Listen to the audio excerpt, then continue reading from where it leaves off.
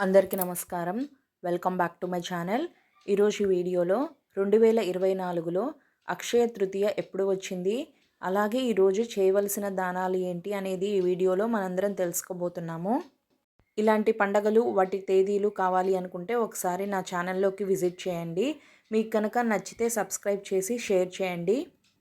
వైశాఖ శుద్ధ తదియనే మనం అక్షయ తృతీయగా జరుపుకుంటాము. ఈరోజు లక్ష్మీదేవిని, గణపతిని, విష్ణుమూర్తిని పూజిస్తాము. ఈరోజు చేయవలసిన దానాలు వచ్చి సువర్ణ దానం, మంచినీటి కుండను దానం చేస్తే చాలా మంచిది. స్వయం పాకం కూడా ఈరోజు దానం చేస్తాము. స్వయం పాకం అంటే ఏమిటి, స్వయం పాకంలో ఏ ఏ వస్తువులు ఉండాలి అనే దాని మీద నేను వీడియో చేస్తున్నాను. దాని లింక్ని డిస్క్రిప్షన్లో ప్రొవైడ్ చేస్తాను, ఒక్కసారి విజిట్ చేయండి. ఈ సంవత్సరం అక్షయ తృతీయ ఎప్పుడు వచ్చింది అంటే మే 10 శుక్రవారం. శాస్త్రం ప్రకారం ఈరోజు సువర్ణ దానం చేయాలి, కానీ సువర్ణాన్ని కొనకూడదు.